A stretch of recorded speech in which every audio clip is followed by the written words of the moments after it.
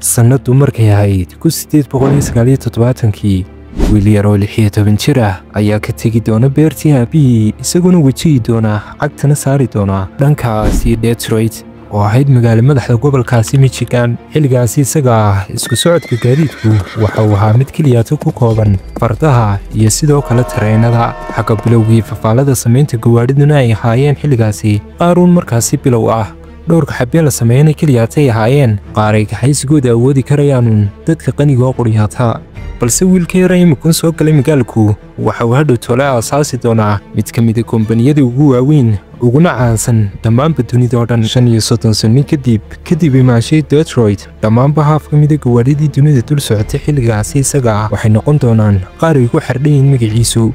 sidoo kalena isla wiilkaasi yar Henry Ford waxa uu noqon doonaa mid ka mid ah dadka ugu maalqabeensan guud ahaanba dalka Mareykanka. tanina waa sheekadeena maanta.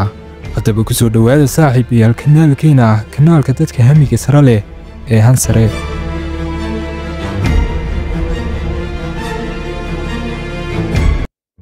sannadu markay ahayd 1863kii July 3-keedii waxaa dhashay wiil yar oo lagu magacaabo Henry Ford magaalada Dearborn ee gobolka Michigan.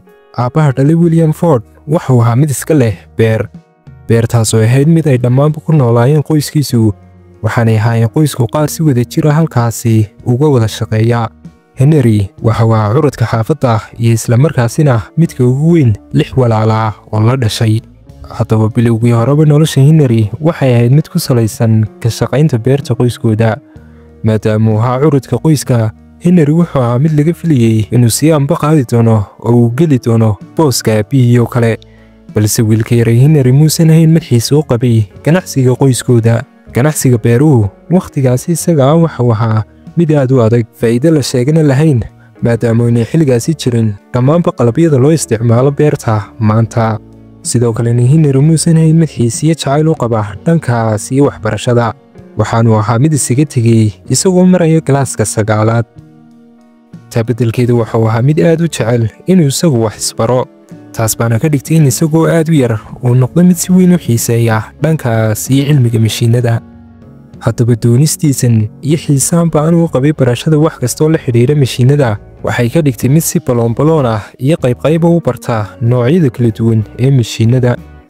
12 sano markii ay maraysay daadiisu, aabbaha Henry waxa uu ahaa mid soo hadiyadeeyay wiilkiisa mid ka mid ah saacadihii xilligaasi socday, taasoona ahayd midda jeebka lagu qaato. intaasi kadib Henry waxa uu ahaa mid wakhtigiisa badankiisa geliya ku ciyaarista iyo furfurista saacaddan, taasoona wakhti kadib ka dhigtayba mid baloon u fura haddana mar labaad dib isugu celiya muddo 1 daqiiqo ah gudahood. tiisa oo quryaata kumuusan koobnayn Henry waxa uu ahaa mid sidoo kale ku samayn jiray saacadaha kale qoyskiisa iyo asxaabtiisu leeyihiin.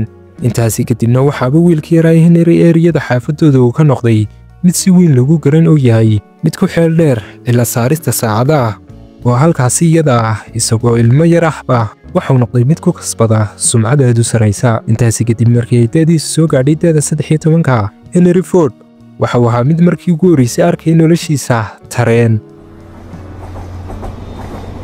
tareenkaasoo ahaa nooca ku shaqeeya cadaadiska uumiga xilli ay ku guda jireen safar dalxiis ah oo iskuulkooda ugu baxay dhankaas iyo caasimadda Detroit.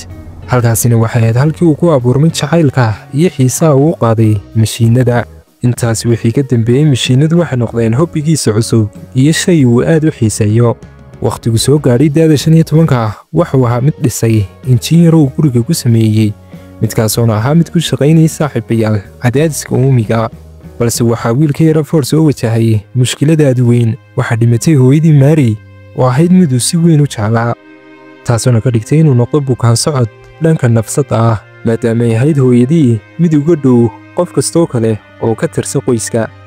middan ayaana ka dhigtay mid si ka daran sidii hore u sii nacab ah nolosha beerta iyo joogitaankeedii. waxaana wixii intaasi ka dambeeyey xilligaasi isaga bilaabay inuu raadiyo xal iyo hab uu kaga baxsanayo nolosha beertan, midaasoona ahayd mid mar waliba soo xasuusinaysay xasuusihii wacnaa ee hooyadii. haddaba saaxiibayaal markii ay da'da Henry soo gaadhay da'da 16-ka waxa uu ahaa mid si gebi ahaanba uga tegay tuuladiisii isagoona qaatay markaasi boorsooyinkiisii halkaasina isaga huleelay isagoona ahaa markan mid qaadayay nolosha jiha ka duwan midii hore. xilligaasi isaga ah caasimadda gobolka Michigan ee Detroit waxay ahayd mid si dhaqsiya isugu bedelaysay oo markaasi noqonaysay caasimad warshadeed. farabadnida injiinada ku shaqaynaya uumiga darteed caasimaddu waxay mid baahi weyn u qabtay injineero yaryar oo ka shaqeeya dayactirada injiinada, diyaarna u ah inay qabtaan shaqada looga baahan yahay. markan waxaa magaalada soo gaadhay markaasi saaxiibayaal wiilkii yaraa Henry, halkaas oona noqotay meel ay ku xasisho maskaxdiisu, isagoona markaasi halkaasi intii uu joogay ahaa mid ku bartay shay kastoo kaga daahsoonaa aqoonta mashiinada. intaasi kadib Henry waxa uu ka shaqo galay mid ka mid ah kombaniyadii samayn jiray gaadiidka dadweynaha oo lagu magacaabi jiray Michigan Car Company Works.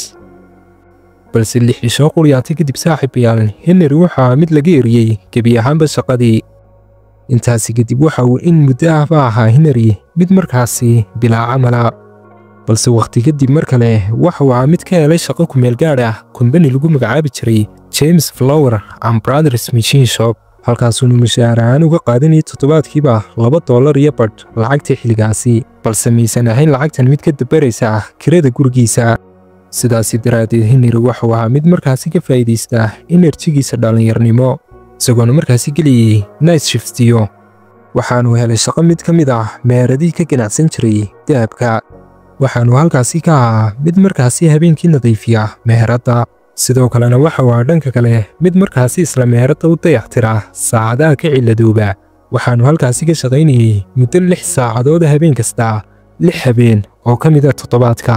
haddaba inkastoo saaxiibayaal Henry waxaa mid ka shaqaynayay shaqooyin kala duwan maalinkiisa, mashquulkiisuna uu badnaa, haddana midani kamaysan reebin inuu wakhtigiisa firaaqada geliyo tijaabinta iyo barashada shaygu aadka u jeclaa ee mashiinada.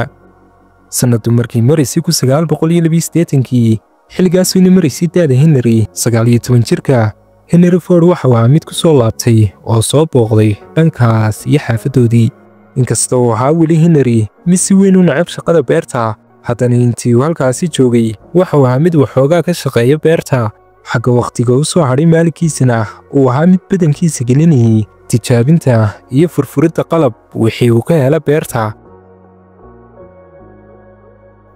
nasiib wanaagna intii uu ku sugnaa xaafadooda, aabihii ayaa ahaa mid markaasi soo gatay amaba soo iibsaday mishiinkaas oo ahaa midka ku shaqaynaya uumiga. mishiinadan oo noqday qaar isticmaalkooda caadi ka noqday dhammaanba tuulada. middan ayaana ka dhigtay Henry mid wakhtigiisa badankiisa ku qaata markaasi mishiinkan iyo barashadiisa, ilaa ayuu kaga noqonayay fahanka mishiinkan iyo qaabku u shaqeeyo mid aad ugu wanaagsan, heer uu ka gaadhay inuu u hagaajiyo mishiin caynkan oo kale ah oo uu lahaa oday ay jaar yihiin, isla markaasina ay saaxiib ahaayeen aabihii.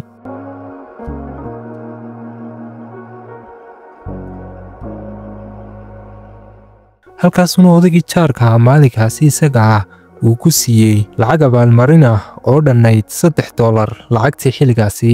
halkaasuna xirfadda iyo muuhibada uu Henry Ford u lahaa fahanka mishiinada iyo hagaajintoodu ay ku faaftay badiba gobolkaasi Michigan, iyadoona xitaa warkiisu ahaa mid markaasi gaadhay dhankaas iyo New York. halkaasuna mid ka mid ah kombaniyadii samayn jiray injiinada oo lagu magacaabi jiray Westinghouse Engine Company uu ahaa mid soo dalbaday Henry si uu markaasi halkaasi uga shaqeeyo. intaasi kadib Henry shaqada u taalay waxay ahayd inuu ka soo dhaqaajiyo dhankaas iyo koonfurta gobolka Michigan ilaa uu ka soo gaadhayo magaalada New York.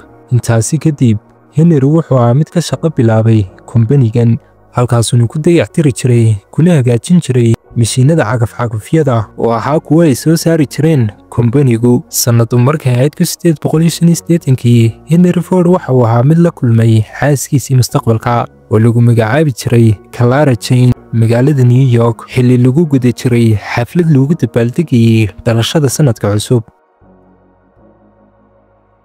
sanad kadibna waxayba noqdeen qaar markaasi isguursada. xagga aabbaha Henryna uu ahaa mid markaasi ka qayb qaadanayay farxadda inankiisa, isagoona u soo hadiyadeeyay qayb ka mid ah beertii oo dhannayd 40 eekar oo dhul ah.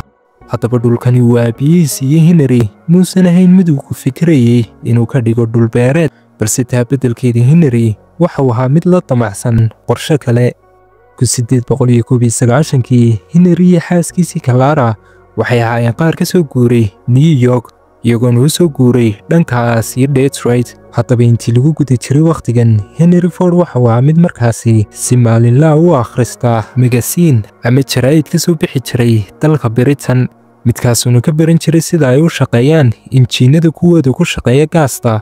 injiinadan oo ahaa wakhtigaasi qaar keliyaata laga soo saaray ama laga sameeyey xaddi aad u yar oo quryaata, kuwaasoona ahaa markaasi qaar samayntooda iyo ikhtiraacooda uu lahaa injineer Jarman ah oo lagu magacaabi jiray Nicholas Otto.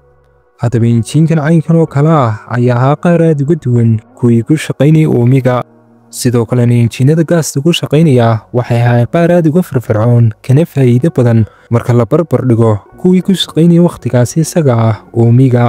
sidoo kalena maysan ahayn qaar in la istaadha ay qaadanayso muddo 30 daqiiqo ah sidii kuwii ku shaqaynayay uumiga oo mashiinadan gaasta ku shaqaynayay waxay ahaayeen qaar gubayaashiisu ama compressionerskiisu ay ku yaalaan gudaha mashiinka. inkastoo mashiinadan cusub ay ahaayeen qaar isticmaalkooda ka dhex noqonayay qaar caan ah gudaha qaaradda Yurub, dhanka kale in yaroo ka mid ah shacabka Ameerikaanka ah ayaa ahaa qaar wax ka maqlay jiritaanka mashiinadan. nasiib wanaaggiisana Henry Ford waxa uu ahaa mid helayay oo markaasi la kulmay mid ka mid ah shakhsiyaadkii soo iibsaday mashiinkan, kaasoona deganaa isla magaalada Detroit, tanoona ka dhigtay Henry markuu arkay mashiinkan mid la cajaba xiise horlana u qaada mashiinkan. balse muusan ahayn Henry mid si gebi ahaanaba wax uga fahmayey qaabku u shaqaynayay injiinkan, midanoona ka dhigtay mid u howlgala barashada iyo fahanka injiinkan. tan oona ka dhigtay inuu codsi shaqo ah u dirsado kumbani lagu magacaabi jiray Edison Illuminating Company, kaasoona ahaa kumbani bixin jiray adeegga korontada. xilligaasi isaga ahna wuxuuba ahaaba kumbanigan midka ugu weyn ee siiyo korontada caasimadda, isagoona markaasi ahaa kumbanigu mid u isticmaali jiray dhalinta ama abuurista korontada injiin weyn oo ahaa midka ku shaqeeya uumiga. midkanina waxau ahaa midka loo igmaday Henry dayactirkiisa iyo daryeeladiisa markastay cilladi soo wajahdo, balse midani miisan ahayn saaxiibayaal ujeedka ugu weyn ee uu halkani u yimiday Henry. balse taa beddelkeeda Henry waxa uu ahaa mid u yimiday inuu wax ka fahmo qaabka ay u shaqaynayso korontadu, maadaama uu injiinka uu rabo inuu wax ka fahmo ee gaasta ku shaqaynaya ay qayb weyn ka tahay shaqada korontadu. 1893 Henry iyo xaaskiisii Clara waxay ahaayeen qaar martigelinayay ilmahoodii ugu horreeyey oo ay u bixiyeen Atsil. keliyaata kadib muddo 3 bilood ah Henry waxa uu ahaa mid dhanka shaqada laga siiyo dilacsiin iyo promotion, waxaana laga dhigay chief engineer oo ahayd darajada ugu sarreysa qaybtiisa, isagoona halkaasi mushaharaan uga qaadanayay $100 wiigii lacagtii xilligaasi. isla sanadkaasi midkii ku xigay Henry waxa uu ahaa mid ku guulaystay samaynta injiinkiisii ugu horreeyey ee ku shaqaynayay maaddada gaasta, taasoona ahayd tallaabadiisii ugu horreysay ee uu qaaday dhankaas iyo ka dhabaynta rumaynta riyadiisii. sannadu markay ahayd 1896 bishii Juun 4 cabbaarakoodii iyo barhkii duhurnimo Henry waxa uu ahaa mid dhammeeyey markaasi tijaabadiisii ugu horreysay ee gaadhi ku shaqaynaya injiin midka gaasta ah, isagoona ugu magac daray quadricycle. magacan oona ka turjumayay qaybaha uu ka kooban yahay gaadhigan. tijaabadan oo ahayd mid ka samaysan isugeynta 2 baaskiil oo uu dhexda ka saaran yahay injiin ku shaqaynaya maaddada gaasta. inkastay ahayd tijaabadan mid guulaysatay, haddana markaasi waxaa jiray waxyaabo yaryar oo ka khaldanaa injiinkan. haddaba cilladda ugu weyn ee haysatay gaadhigan yar ayaa ahayd inuu ka maqnaa sistamka qaboojiyaha injiinka, taasoona ku sababaysay inuu si aad u kululaado gaadhigu markuu in yar socdaba. intaasi kadib Henry wuxuu ahaa mid wax ka beddel yaryar ku sameynayay gaadhigan. midda ugu muhiimsanina waxay ahayd inuu u sameeyey injiinkan qaboojiye. intaasi kadibna Henry wuxuu ahaa mid iibiyey gaadhigii yaraa ee tijaabada ahaa. lacagtii ka soo gashayna waxay ahayd mid qadarkeedu dhanayd $200 lacagtii xilligaas, oo ahayd run ahaantii lacag aad u fiican. waxaanuu lacagtan ku daray lacag uu ururinayay, waxaanuu isticmaalay maalgelinta mashruuciisii xigay.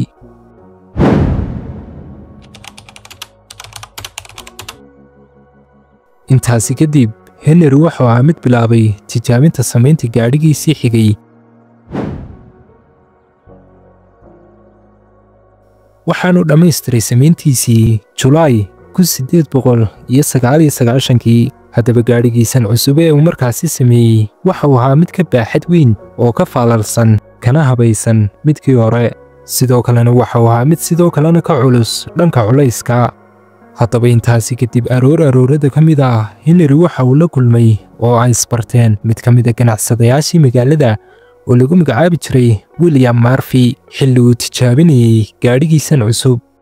isbarasho kadib William waxa uu ahaa mid u raacay Henry tijaabinta gaadhigiisa iyagoona ku wareegayay mid ka mid ah waddooyinka magaalada.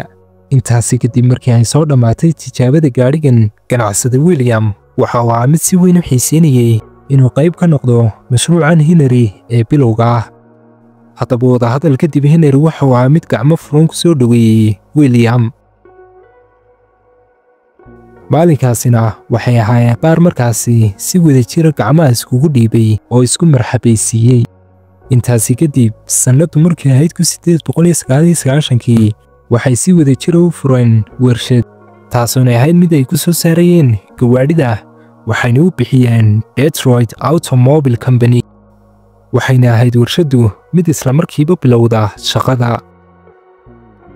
balse saaxiibayaal, sannaduun kadib warshaddu waxa ay mid wajahaysay guuldarooyin waaweyn, waxaana ka mid ahaa sababihii ugu waaweynaa in la fashilantay warshaddu isafgaranwaa soo kala dhex galay Henry iyo maalgeliyaashii warshaddiisa, kuwaasoo na rabay una sheegayay Henry inuu soo saaray gawaadhi nooca dadweynaha, balse Henry rabitaankiisu muusan ahayn midda, oo waxa uu rabay inuu ku bilaabo warshadda samaynta gawaadhida khaaska ah ee caadiga, kuwaasoona ahaa mid uu sannawaad badan soo tijaabinayay isla markaasina daraasaynayay. midda kale ee gaabiska ku keentay warshadda ayaa ahayd in badiba qalabada kala duwan ee ay gaadhiga ka samaynayeen ay ka soo iibsan jireen kombaniyaad kale. markastoo ay raagto ay dib u dhacda alaabta ay dalbadeenna, warshadduna waxay ahayd sidoo kale mid u hakanaysay middaas.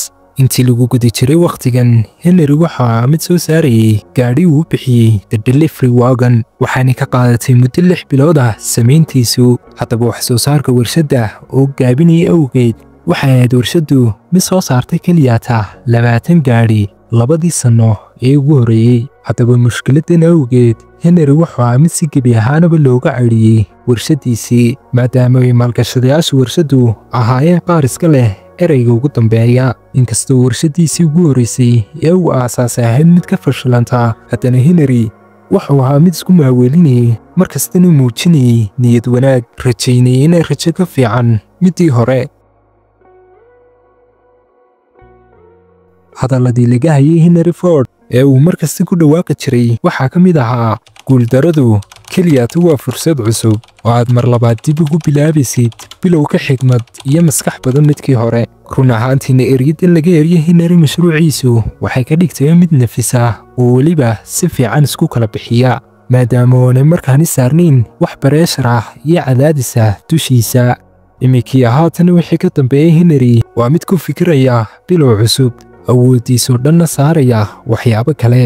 waxaanu bilaabay markan oo uu soo jeestay inuu fokuskiisa saaro gawaadhida Britanka ee sports cars-ka loo yaqaano.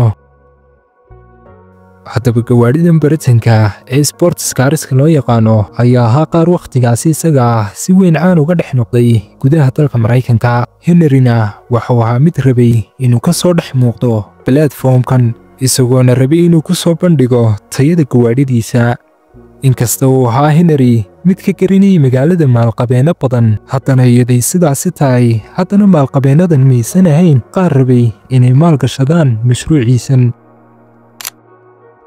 inkastoo ay xaaladdu ku adkayd Henry, haddana muusan noqon mid halkaasi isku dhiiba. taa beddelkeeda waxa uu ahaa mid la yimaada qorsho cusub.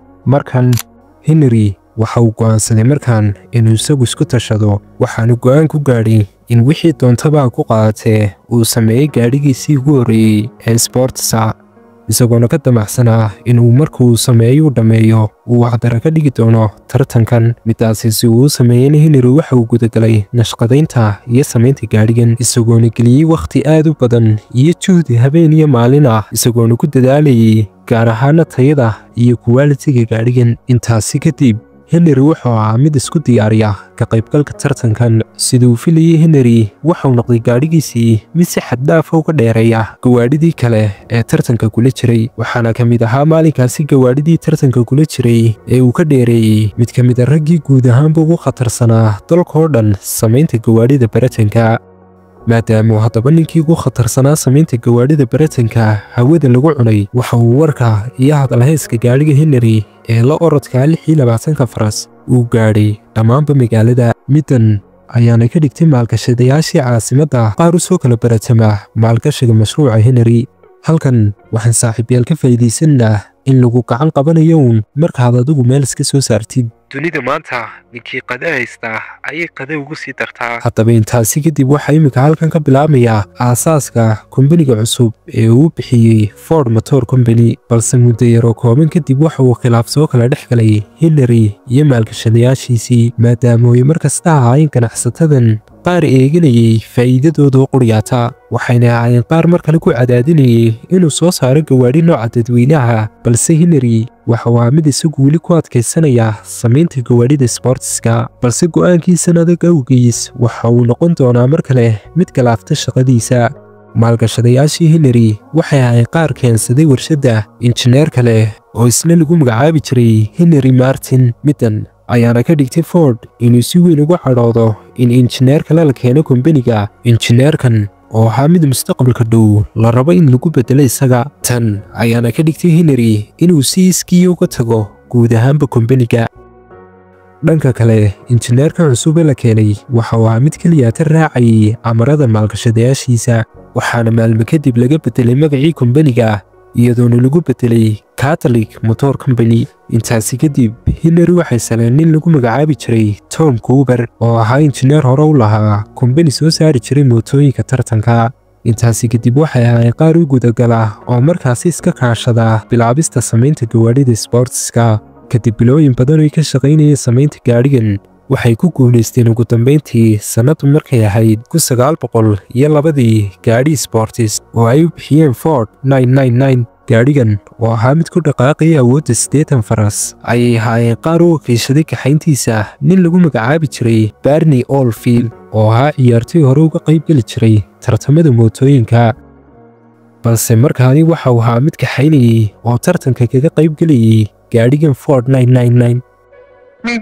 xuf mar labaad waxay haddana ciidda ku qaseen Alexander Winton oo sidaynu soo sheegnay saaxiibayaal ahaa injineerkii ugu fiicnaa ee dhanka samaynta gawaadhida sportska.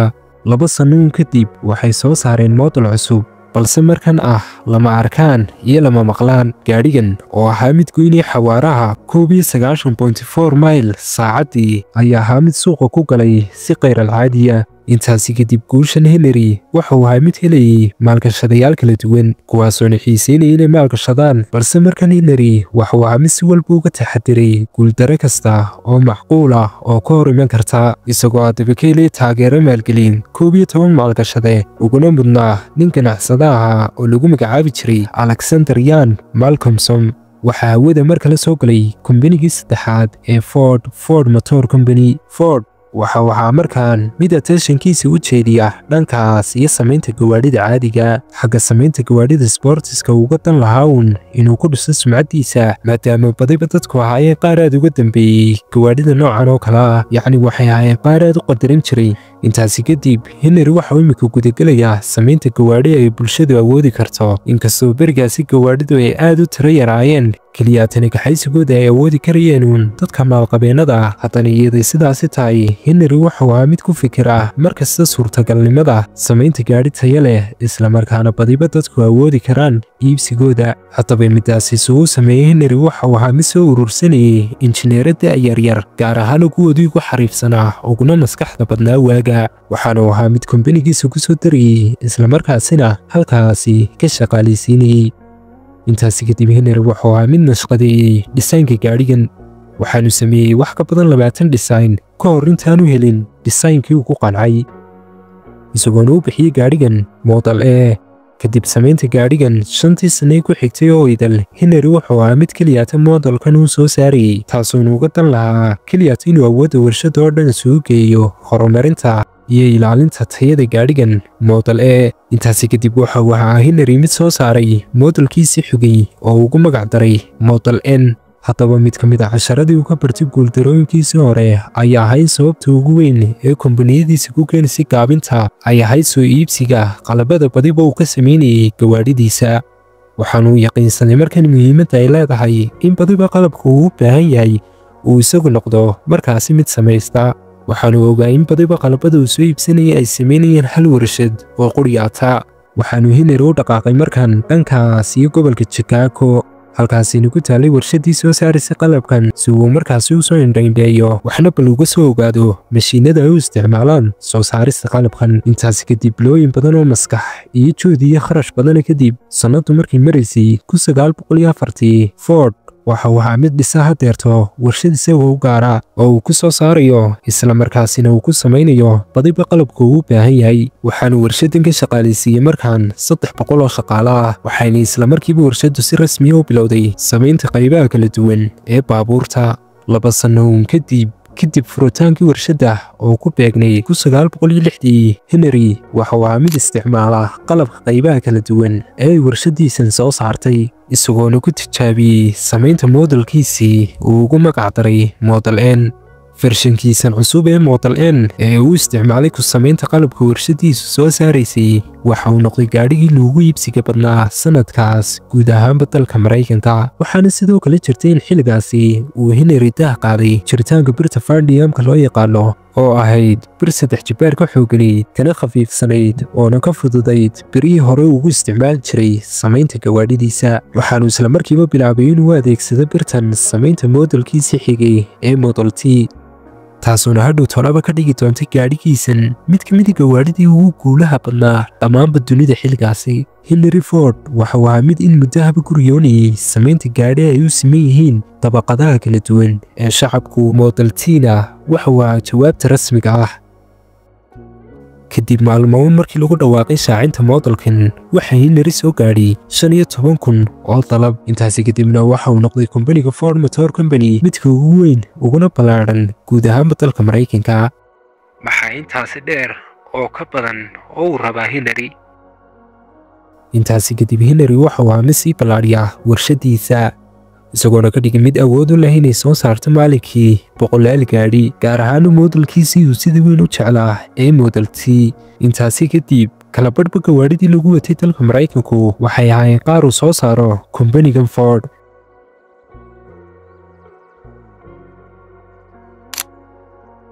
intaasi kadib Henry waxa uu ahaa mid iibsada dhammaan sheerarkii shirkadiisa lagu lahaa. sidoo kale Henry intii lagu guday jiray xiliyadan waxa uu ahaa mid hoos u dhiga qiimihii uu siinayay gawaadhidiisa oo halkii markii hore uu siinayay 800 oo lacagta xilligaasi ah oo u dhigmaysa lacagta maanta $20,000 waxa uu hoos u dhigay kala badh qiimihii hore oo imika waxa uu siinayaa $400 lacagta xilliga oo u dhigmaysay lacagta maanta $10,000. tan ayaana ka dhigtay shaqaalihii warshada qaar aan soo dhaweyn go'aankan maadaama ay saamaysay mushaharkooda taasoo ka dhigtay in isaga dareeraan warshadii iyagoona u shaqo tegay kumbaniyaadkii kale. balse dhanka kale Henry waxa uu ahaa mid qaadayay tallaabo ka yaabisay badiba dadkii taasoona ahayd inuu ku dhawaaqay inuu qaadanay xaddi aad u badan oo shaqaale ah oo gaadhayay 25,000 oo shaqaale ah balse diyaar u ah inay ku shaqeeyaan mushahar yar oo kooban.